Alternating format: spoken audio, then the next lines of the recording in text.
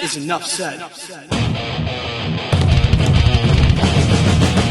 What's up, Heat Nation? Your boy Ernest here, back with another Miami Heat Talk video. Hope you guys are enjoying your Friday so far. It's the weekend time. The weather is perfect outside. Now together, let's go on another Miami Heat Talk adventure. I know I say the weather's perfect, you guys. I love me some cold days. You know, here in South Florida, we are used to super hot weather. So when you get cold time like this, I'm loving it. Get to throw the jacket on, feel comfortable, feeling positive. So I'm ready to rock and roll on another Miami Heat Talk adventure with you guys. Now, the Miami Heat pull away, get a dub last night against the Utah Jazz. It was definitely a revenge game. You needed to win this game after that embarrassing loss at home against the Utah Jazz, where the Heat got dropped by 36 points. Now, this was actually a close game, which in my opinion is sad, because after Utah blew us out, I wanted to blow them out, but we didn't. The game stayed competitive. Utah had a really good fourth quarter. Utah had a good third quarter. Miami responded with just as good of a fourth quarter, was able to win the game by 5, 97-92. Now, you got big showings from certain players. Tyler Hero playing 37 minutes, having 23 points, 7 rebounds, 5 assists. Credit to Tyler Hero. He was playing a different role in this game, and I'm going to get to that shortly, but he was kind of playing off the ball, playing spot-up shooting, and he was still able to get his 23 points. So very proud of Tyler Hero. Had a great showing last night. Also had 7 rebounds, 5 assists, a steal, a block, filling up the stat sheets. You also get 15 points, 7 rebounds, 3 assists, 3 steals, and 2 blocks from Bam Adebayo, playing his Draymond Green role.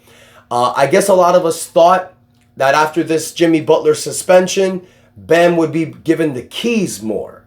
Not really. You know, Spo is keeping Bam at that Draymond Green role, a solid number 3 role. We know that's what Bam Adebayo does. Bam also mentioned before the game that rebounds were very important on this game. He only gets 7 rebounds. So that's a little sad in my opinion. If you're going to get 15 points out there, Bam, follow that up by 10 to 15 rebounds. That's what we need from you. If you ain't going to score 25 points, dominate on the boards. You can do that. We know you can. So Bam's got to clear up on that.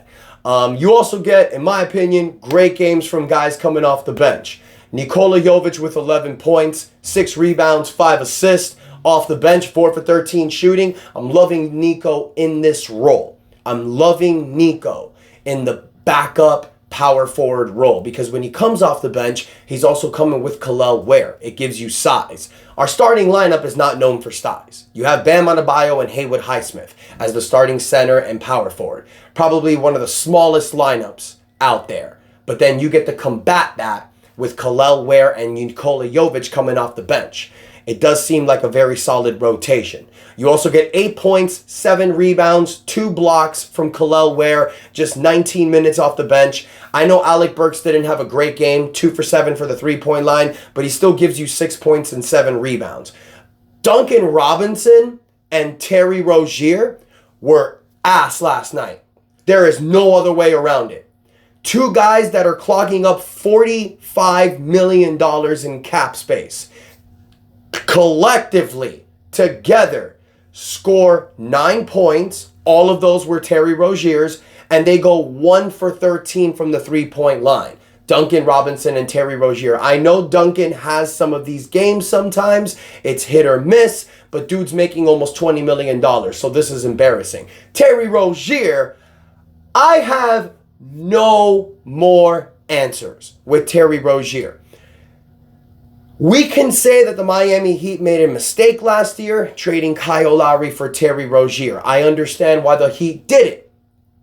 Kyle Lowry was basically washed. Terry Rozier was averaging 23 points a game in Charlotte. You make this trade and you think that Terry Rozier is going to bring you more energy, more scoring, more firepower. Ain't happening. I mean, you've seen stretches where Terry Rozier has shown why the Heat traded for him, but it ain't consistent at all. And dude is making about $24 million this year, $24 million next year. With the way that Terry's playing, you guys, it's going to be impossible to find a trade suitor for him. It looks like the Miami Heat are probably going to have to wait until the offseason to trade Terry Rozier, because next year he'll be on an expiring contract. And expiring contracts are sweeties of a deal for teams, because when they accept said player, they can keep him on their team, get him off the books for the next season, or they can buy him out. So look for that to happen with Terry Rozier. I think it's very unlikely that he can move Terry Rozier by the deadline, especially with the way that he's performing. Hopefully he can get out of that. Now, player of the game. We all know, but I got to talk about it. Oh, and you know what? Before I get to player of the game, one thing I do want to mention about Terry Rozier, you guys, when he plays with the Miami Heat, we're mid as fuck. Excuse me. But when he doesn't play, the 4 games that he's missed, the Heat are 4-0. That's a big reason why I don't think a team is going to trade for him. Teams see that. So remember that, you guys. One person that I want to talk about, player of the game, and I'm sure everyone's excited to hear this because it was the topic of the video. Jaime Jaquez Jr.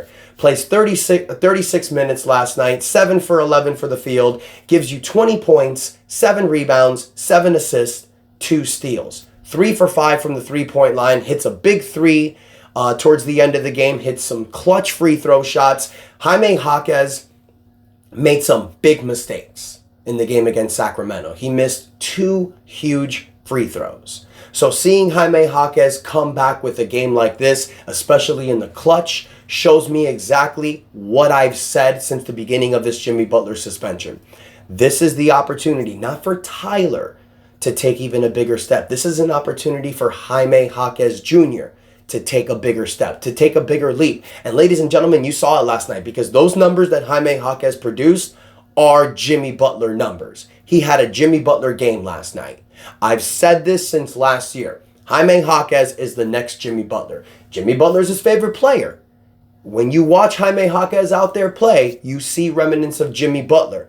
The reason why we haven't seen it all season long, and the reason why people are thinking that Jaime's going through a sophomore slump, is because he's like the 5th, 6th guy in the rotation out there.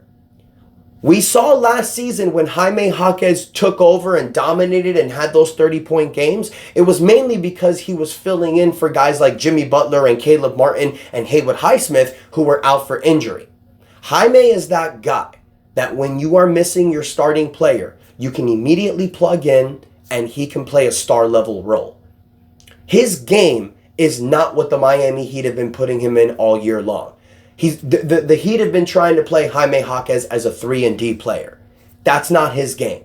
His game is a Jimmy Butler level style of play. Put the ball in his hands, let him create. He can create for others. He can facilitate. He can rebound. He's getting better defensively. Jaime Jaquez can fill that Jimmy Butler role. Now the question is, what happens when Jimmy Butler eventually comes back? Because guys, there's not been a trade. It was reported yesterday that the Miami Heat are still listening to trade offers for Jimmy Butler, but they haven't gotten anything that's excited them. And the Miami Heat have said and reported that if they're not able to find a trade partner for Jimmy Butler by his final suspended game in January 15th, they fully expect Jimmy Butler to come back with the team January 17th on a home game against the Denver Nuggets. That's going to be a huge game. That's going to be a big game that everyone's going to cover. ESPN's going to talk about. It's going to be a lot of drama. And if you ask me, you guys, yesterday I said it was 7:30. I'm kind of the same way. I don't think Jimmy's going to get traded. I don't think the Heat are just going to move him for nothing. The Heat can still wait for the offseason and do a sign and trade. Now, can Jimmy Butler and the Miami Heat and Pat Riley fix this? Absolutely. It's business. Suspending Jimmy and getting him away from the team, I think, was a smart decision, because there's a lot of drama going on. There's a lot of stuff going on in the media right now. So you want to quiet that noise. Get him away from the team. Now, when he comes back, the drama's going to rise again. So the Miami Heat have to come together and figure this out. But Jaime Jaquez Jr., you guys, after this game tonight and how he's been performing, he needs a bigger role. He needs to be the 6th man off the bench. We need to downgrade Terry Rozier. It is what it is. You traded for Terry Rozier and it ended up being a mistake. But Terry Rozier cannot be given 35 minutes a game. He's not doing well with it. You got to bring them off the bench and have 20 minutes a game. You got to go back to Tyler Hero and Duncan Robinson starting in the backcourt, or try something different. Have Jaime Jaquez start in the backcourt with Tyler Hero. Have Jaime Jaquez start at the 2. Maybe this is something we need, a little change, a little flexibility. But starting Duncan Robinson and Tyler Hero in the backcourt was working. That lineup that we had with Bam, Highsmith, Jimmy, Duncan, Tyler, they went 9-4. So I think, or 9-5, excuse me, but I think it could work.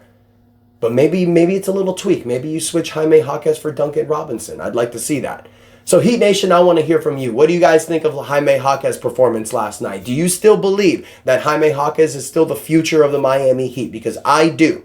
So I want to hear what you guys think in the comments. Do you think Jimmy Butler will be traded? Or do you think he'll report back to the team? Let me know what you guys think in the comments. Don't forget to like, share, subscribe. We push into 6,000 subscribers. Thank y'all for your support. Until next time, your boy Ernest out. That's enough said. Enjoy your Friday. Let's get it, guys.